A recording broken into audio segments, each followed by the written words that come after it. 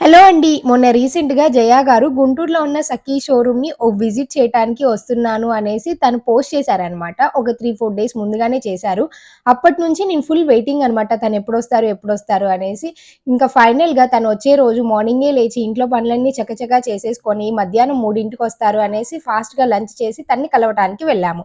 అయితే first aunty గారి కన్నా కానీ అంకుల్ గారే కలిసారు. ఇంకా ఆ తర్వాత ఆంటీ గారు పైన ఉన్నారనమాట. శారీస్ చూస్తూ షాపింగ్ చేస్తున్నారు. ఇంక తర్వాత ఆంటీ గారిని కలవటానికి వెళ్లి చక్కగా తనతో సెల్ఫీ దిగి కాసేపు సరదాగా ఆంటీ గారు చాలా చక్కగా మాట్లాడారనమాట.